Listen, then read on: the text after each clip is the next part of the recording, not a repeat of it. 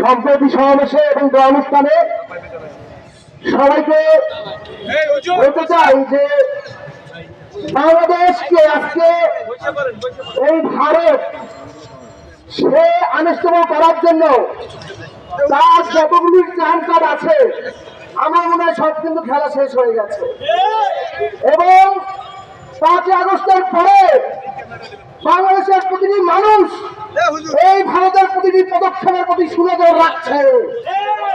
5ই আগস্টের পরে কিন্তু কোন ষড়যন্ত্র আর কাজ করে নাই।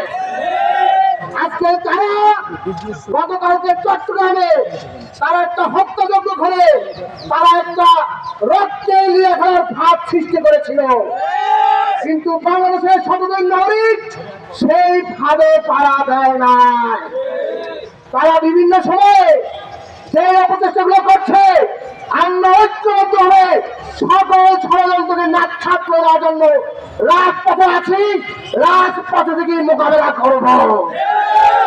বন্ধুগণ, তারা চায় আমরা আমাদের গায়ে হিট মারবো, ঢিল মারবো, আমরা তাদের পিছিয়ে পাটকেল মারি।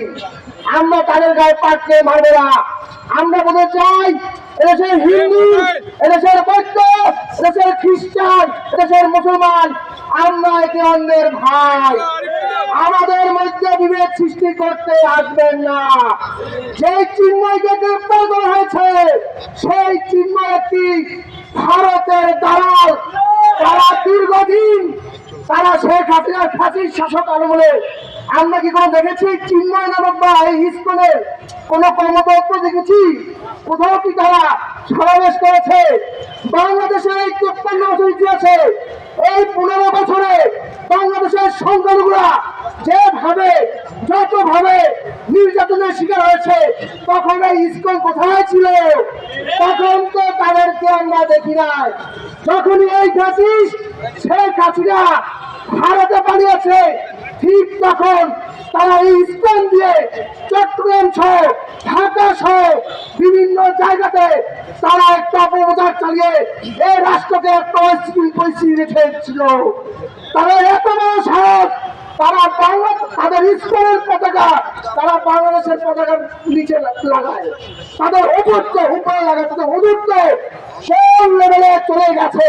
তারা এখানে বিভিন্ন ভাবে আনুষ্ঠানিক পরিস্থিতি সৃষ্টি করে রয়টার্স সহ তাদের বিভিন্ন জায়গায় তারা বাড়তে চায় যে বাংলাদেশের সংখ্যালঘুরা নির্যাতিত হচ্ছে, কিন্তু এই মিথ্যার জালে বাংলাদেশের মানুষটাও পৃথিবীর মানুষ সজাগ দৃষ্টি রাখছে। এবং আমরা মনে করি আমরা ঐক্যবদ্ধ ছিলাম বলি এই ফ্যাসিস্ট শেখ হাসিনার মতো একটি দানব শাসককে আমরা বাংলাদেশ থেকে উৎখাত করতে পেরেছি।